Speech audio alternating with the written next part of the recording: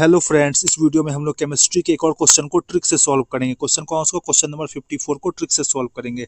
Trick कब लगाना है? ट्रिक तब लगाना है जब एक्चुअल मेथड से क्वेश्चन सॉल्व करना नहीं आता है। अगर एक्चुअल मेथड से क्वेश्चन सॉल्व करना आता है तब एक्चुअल मेथड से ही क्वेश्चन को सॉल्व करोगे, तब ट्रिक नहीं लगाओगे। ठीक है, तो पहले जो क्वेश्चन एक्चुअल मेथड से सॉल्व हो जाता है उस सभी को एक्चुअल मेथड से सॉल्व कर लेना है। फिर जो क्वेश्चन अपना बच जाता है, मतलब जो क्वेश्चन हम लोग से सॉल्व नहीं हो पा रहा है या फिर जो क्वेश्चन सॉल्व करना नहीं आता है, उस सभी क्वेश्चन को छोड़कर नहीं आओगे, उस सभी क्वेश्चन को ट्रिक लगाकर सॉल्व करोगे, ताकि जो हम लोग का ओवरऑल मार्क्स है वो इंक्रीज हो सके, हम लोग का ओवरऑल मार्क्स एग्जाम में बूस्ट हो सके। ठीक है, अगर आपको बहुत कम टाइम में अपने जेईई मेंस के मार्क्स को बूस्ट करना है तो मैंने आपके लिए फिजिक्स का फॉर्मूला सीट और केमिस्ट्री का रिवीजन सीट रेडी किया। इस पीडीएफ को आप बहुत आसानी से 4 से 5 डेज में कंप्लीट कर सकते हो। इस पीडीएफ को कंप्लीट करने के बाद आपका जेईई मेंस में मिनिमम 80 मार्क्स गारंटीड हो जाएगा। ठीक है, इस पीडीएफ को आप कैसे एक्सेस कर सकते हो? तो आप मेरे कमेंट सेक्शन में जाओ, मैंने कमेंट सेक्शन में सारा इन्फॉर्मेशन दे रखा है कि इस पीडीएफ को आप किस तरह से एक्सेस कर सकते हो।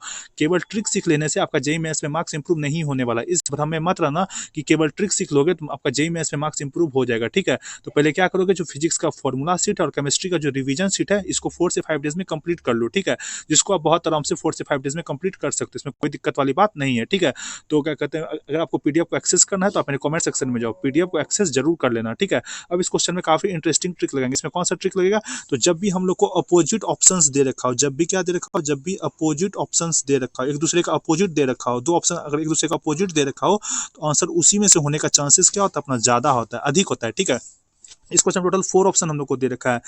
ये रहा हम लोग का ऑप्शन नंबर 1, ये रहा हम लोग का ऑप्शन नंबर 2, ये रहा हम लोग का ऑप्शन नंबर 3 और ये रहा हम लोग का ऑप्शन नंबर 4। अगर तुम सभी ऑप्शन को यहाँ पर ध्यान से रीड करो तो तुम देखोगे कि जो हम लोग का ऑप्शन नंबर 2 है उसमें क्या दे रखा है? ऑप्शन नंबर 2 जो यहाँ पर है, ऑप्शन नंबर 2 यहाँ पर क्या दे रखा है? ऑप्शन नंबर 2 में जो स्टेटमेंट दे रखा है वो दे रखा है कि activation energy of forward reaction is E1 + E2 and product is more stable then reactant. मतलब यहाँ पर ये बोल रखा है कि जो फॉरवर्ड रिएक्शन का एक्टिवेशन एनर्जी है वो E1 + E2 है और प्रोडक्ट जो है वो अपना अधिक स्टेबल है रिएक्टेंट से।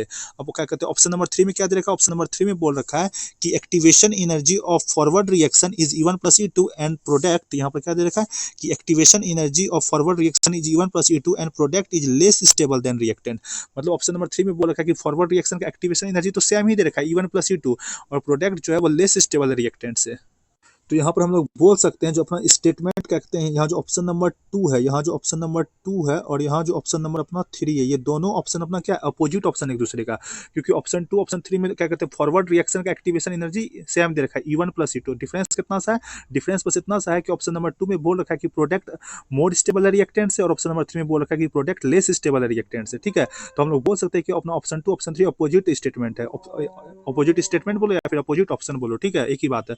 तो यहाँ पर तुम देख सकते हो कि जो अपना क्या कहते हैं स्टेटमेंट 1 है या जो ऑप्शन नंबर 1 है उसमें क्या कहते हैं बैकवर्ड रिएक्शन का बात किया जा रहा है। यहाँ पर एक्टिवेशन एनर्जी बैकवर्ड रिएक्शन का दे रखा है, तो ये एक अलग ही स्टेटमेंट है। और ऑप्शन नंबर 4 में एक्टिवेशन एनर्जी जो है क्या कहते हैं फॉरवर्ड रिएक्शन और बैकवर्ड रिएक्शन दोनों का दे रखा है, ये भी अलग स्टेटमेंट है। तो यहाँ पर ऑप्शन 2 और ऑप्शन 3 में जो दो स्टेटमेंट दे रखा है दोनों में फॉरवर्ड रिएक्शन का एक्टिवेशन एनर्जी दे रखा है E1 + E2 और बस डिफरेंस इतना सा है कि ऑप्शन नंबर 2 में प्रोडक्ट मोर स्टेबल रिएक्टेंट्स और ऑप्शन नंबर 3 में क्या कहते हैं प्रोडक्ट जो लेस स्टेबल रिएक्टेंट से। तो ऑप्शन 2 ऑप्शन 3 यहाँ पर अपोजिट ऑप्शन हो गया। तो जो अपोजिट ऑप्शन होता है आंसर उसी में से होने का चांसेस ज्यादा होता है, क्योंकि जो भी ऑप्शन सेट किया ना वो हम लोग को ऑप्शन 2 ऑप्शन 3 में से कंफ्यूज कर रहा है। तो जिस ऑप्शन में हम लोग को कंफ्यूज कर रहा है आंसर भी उसी में से होने का चांसेस ज्यादा होता है। तो यहाँ पर क्या करोगे, ऑप्शन 2 ऑप्शन 3 में से गेस करोगे। तो यहाँ पर ऑप्शन नंबर 1 को एलिमिनेट करोगे और ऑप्शन नंबर 4 को एलिमिनेट करोगे। अब ऑप्शन 2 ऑप्शन 3 में से तुम किसी एक ऑप्शन को गेस कर सकते हो। तो यहाँ पे 50% प्रोबेबिलिटी होगा कि अपना आंसर करेक्ट हो जाए, क्योंकि अपन ऑलरेडी 2 ऑप्शन को एलिमिनेट कर दिया। अगर तुम देखो चारों ऑप्शन में ब्लाइंड गेस करते हैं ना तो बहुत कम चांसेस होता है अपना आंसर करेक्ट होने का। पर यहाँ पे क्या किया, पहले हमने 2 ऑप्शन को एलिमिनेट किया, अब तुम यहाँ पर गेस कर रहे हो, तो यहाँ पे करेक्ट होने की प्रोबेबिलिटी अपना इंक्रीज हो गया है। ठीक है, अगर तुम यहाँ पर आंसर चेक करो तो आंसर क्या दे रखा है हम लोग को, आंसर अपना ऑप्शन नंबर 3 ही दे रखा है। इसको बोलते हैं इंटेलिजेंट गेसिंग। इस तरह से तुम पेपर को